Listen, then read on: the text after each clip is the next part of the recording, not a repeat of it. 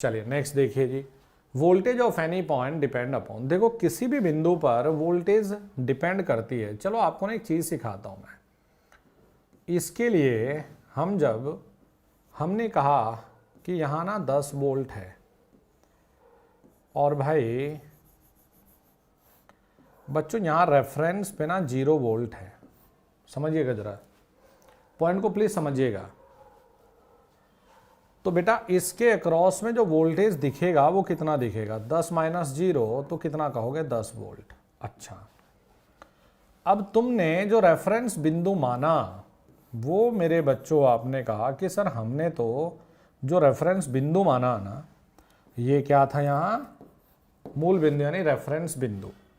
बेटा अब तुमने कहा जी ना हम तो 2 वोल्ट पर मानेंगे रेफरेंस बिंदु, हम तो रेफरेंस बिंदु 2 पर मानेंगे। तो बेटा यहां पर आपको कितना दिखेगा, 8 वोल्ट। अच्छा, तो ये बताओ कि रेफरेंस मानने से हाँ जी, रेफरेंस मानने से किसी भी बिंदु के अक्रॉस में जो वोल्टेज है वो परिवर्तित होती हुई दिखी है कि नहीं।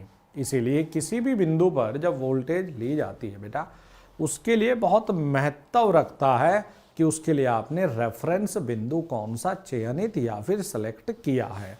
इसीलिए ये इंपॉर्टेंट है जी कि किसकी वोल्टेज के ऊपर डिपेंड करता है किसी भी बिंदु पर, कि रेफरेंस पर क्या वोल्टेज लेकर तुमने पढ़ा है या किस वोल्टेज लेवल को तुमने रेफरेंस लेकर पढ़ा है। तो क्या उत्तर होगा बेटा, उत्तर आएगा बी। ए और सी ये गलत है। समझ में आई बात।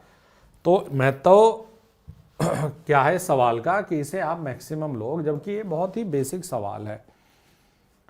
तो रेफरेंस वोल्टेज देखो, यहाँ रेफरेंस किस पे माना था तुमने, 0 पर, तो 10 था। यहाँ क्या था, 2, तो कितना आया, 8।